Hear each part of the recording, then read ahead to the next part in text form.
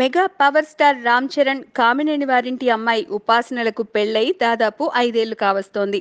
2012 June 14న Charan ఉపాసనల వివాహం అంగరంగ వైభవంగా జరిగింది. ఇప్పటికీ ఒకరినొకరు సోషల్ మీడియాలో పొగుడుకోవడం, తమ ఆప్యాయతను, క్రమశిక్షణను తెలియజేయడం తప్ప అసలు సంగతిని మాత్రం ఇప్పటి వరకు చెప్పలేదు ఈ జంట. మెగాస్టార్ చిరంజీవికి తనయుడిగా రామ్ చరణ్ మీద మెగా ఫ్యాన్స్ కు ఎంతటి ప్రేమ ఉందో రామ్ చరణ్ కు పుట్టబోయే సంతానంపై కూడా అంతే ఉత్సాహం ఉంది. అయితే చెర్రీ మాత్రం ఆ సంగతి చెప్పడం లేదు. రీసెంట్ గా చిరంజీవికి ఇదే విషయంపై ప్రశ్న ఎదురైంది. తాత అని ఎప్పుడు పిలిపించుకుంటున్నారు అంటూ 61 సంవత్సరాల చిరంజీవిని అడిగితే ఆయన సింపుల్ గా ఇప్పటికే ముగ్గురితో పిలిపించుకుంటున్నానుగా అంటూ నవ్వుతూ సమాధానం దాటవేసేందుకు ప్రయత్నించారు. అంటే తన కూతుళ్ళ పిల్లలతో తాత అని పిలిపించుకుంటున్నారు కదా, ఆ విషయాన్నే ఇలా చెప్పారన్నమాట. దీంతో రామ్ చరణ్ వారసుడి సంగతి ఏంటి అంటూ నేరుగానే ప్రశ్నించాల్సి వచ్చింది.